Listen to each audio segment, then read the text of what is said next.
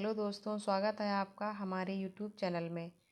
आज हम शुरू करने जा रहे हैं भारत का भूगोल, जिसमें सबसे पहले हम पढ़ेंगे भारत का विस्तार। तो चलिए शुरू करते हैं भारत का विस्तार। भारत के विस्तार में सबसे पहले भारत का भौगोलिक क्षेत्रफल, सीमाएं और अक्षांश और देशांतरीय विस्तार और उसकी दिशाओं के बारे में जानेंगे। तो भारत का विस्तार सबसे पहले भौगोलिक स्थिति जो इसकी क्या है उसके बारे में जानेंगे।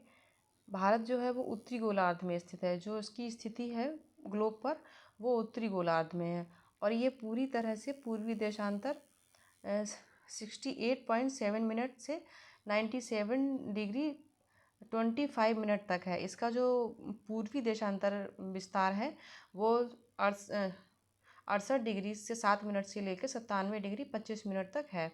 और इसका जो उत्तरी अक्षांशीय विस्तार है वो 8 डिग्री 4 मिनट से लेकर 37 डिग्री 6 मिनट तक फैला हुआ है। यानी कि ऐसा भी समझ सकते हैं जो इसका गुजरात से लेकर और पूर्वोत्तर जो भारत है वहाँ से इसका विस्तार जो है वो 68.7 मिनट से लेकर 97 डिग्री 25 मिनट तक है।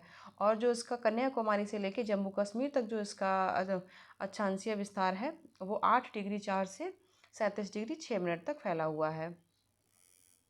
और ये इसका पूरब से पश्चिम तक विस्तार है। और इसका जो लगभग इसकी जो क्षेत्रफल है वो लगभग 2399 किलोमीटर है।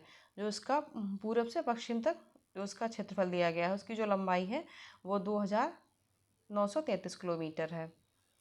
और भारत का जो देशांतरीय रेखा के आधार पर जो इसका समय निर्धारित होता है, भारत का जो मानक समय है वो 82 डिग्री देशांतर है। जो देशांतर रेखा है जो मिर्ज़ापुर, उत्तर प्रदेश की जो मिर्ज़ापुर है वहाँ से होकर गुजरती है। भारत का समय 82 डिग्री देशांतर के आधार पर निर्धारित होता है जो मिर्ज़ापुर और उत्तर प्रदेश से होकर गुजरती है। उत्तर से दक्षिण तक इसका विस्तार जो है वो लगभग इसका 3214 किलोमीटर है, जो 8 डिग्री 4 से 37 डिग्री 6 मिनट तक है। ये उसका उत्तर से दक्षिण तक विस्तार है। तो इसकी जो लंबाई पश्चिम से पूर्व है वो कम है और उत्तर से दक्षिण जो इसका क्षेत्रफल है वो अधिक है। और कश्मीर से जो कन्याकुमारी तक है इसका कुल जो क्षेत्रफल है वो 32,87,00,000 वर्ग किलोमीटर है। तो इसका जो क्षेत्रफल है वो 32 लाख वर्ग किलोमीटर है। और यह विश्व के कुल क्षेत्रफल का लगभग 2.4% है।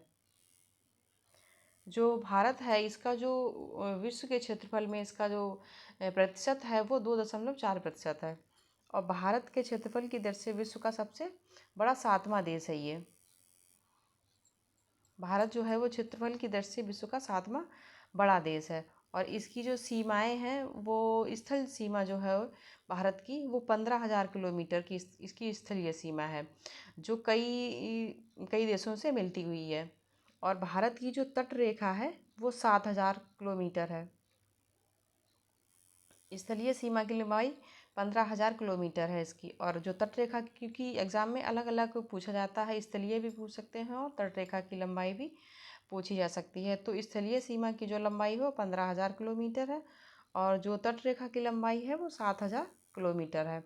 और जो द्वीपों को मिलाकर वैसे तो इसकी लंबाई जो है वो 6,000 किलोमीटर है, लेकिन जो द्वीप समूह है उनको मिलाकर इसकी 1200 द्वीप समूह की लंबाई को मिलाकर ही इसकी 7,000 किलोमीटर लंबाई होती है। और भारत की जो सीमाएं हैं वो 7 देशों से मिलती हैं। भारत की जो सीमाएं हैं, स्थलीय सीमाएं हैं, वो 7 देशों से होकर मिलती हैं। इसकी जो बाउंड्री जो है वो 7 देशों से शेयर करती है।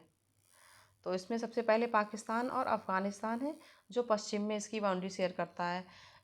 पश्चिम में अफ़गानिस्तान और पाकिस्तान, और उत्तर में चीन और नेपाल, भूटान, और पूर्व में बांग्लादेश और म्यांमार। जो भारत की सबसे ज़्यादा जो बाउंड्री शेयर करता है वो बांग्लादेश से ही करता है। सबसे ज़्यादा सीमा जो है वो बांग्लादेश की ही भारत से लगी हुई है। और भारत का जो मध्य भाग उष्णकटिबंधीय क्षेत्र में आता है, जिसे यहाँ विविध जलवायु पाई जाती है। जो भारत का जो कर्क रेखा वाला जो भाग है वो उष्णकटिबंधीय क्षेत्र में ही आता है, इसलिए यहाँ पे गर्मी का मौसम रहता है। और यहीं से जो जो कर्क रेखा के जो रेखा निकलती है वो भारत के 8 राज्यों से होकर गुजरती है। ये राज्य पश्चिम से पूर्व की दिशा में, सबसे पहले तो पश्चिम में गुजरात, उसके बाद राजस्थान, उसके बाद मध्य प्रदेश, फिर छत्तीसगढ़, झारखंड, पश्चिम बंगाल, त्रिपुरा और मिजोरम से होकर गुजरती है। जो कर्क रेखा है भारत के 8 राज्यों से होकर गुजरती है, गुजरात, राजस्थान, मध्य प्रदेश, छत्तीसगढ़, झारखंड और पश्चिम बंगाल और त्रिपुरा। इनको सीक्वेंस वाइज भी पूछ लिया जाता है, पूरब से पश्चिम दिशा में मिलाने को भी, तो ये आपको याद रखना है। और जो कर्क रेखा की स्थिति जो है, जो कर्क रेखा है वो 23.5 डिग्री उत्तरी अक्षांश पे स्थित है, जो भारत के बीचों बीच से होकर गुजरती है। कर्क रेखा, यह रेखा उत्तरी गोलार्ध में स्थित है और उष्णकटिबंधीय व उपोष्णकटिबंधीय जलवायु को विभाजित करती है। क्योंकि जो कर्क रेखा है यहीं से उष्णकटिबंधीय ये जो क्षेत्र है इसके आसपास वाला ये उष्णकटिबंधीय क्षेत्र पे आता है, और जो इसके ऊपर 45 डिग्री अक्षांश के ऊपर शीतोष्ण कटिबंधीय क्षेत्र शुरू होता है, और नीचे जो है वो उष्णकटिबंधीय क्षेत्र है।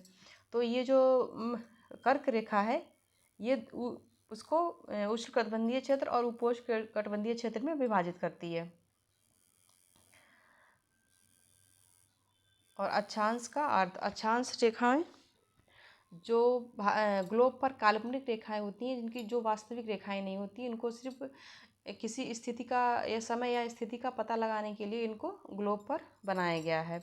तो ये काल्पनिक रेखाएं होती हैं जो पृथ्वी पर पूर्व से पश्चिम की दिशा में खींची गई हैं, लेकिन ये उत्तर और दक्षिण दिशा की दूरी को दर्शाती हैं। जो अक्षांश रेखाएं जो हैं वो पूर्व से पश्चिम दिशा की ओर खींची गई हैं, और ये किसी स्थान के समय या जलवायु का पता या कटिबंध का पता लगाने के लिए इनको खींचा गया है।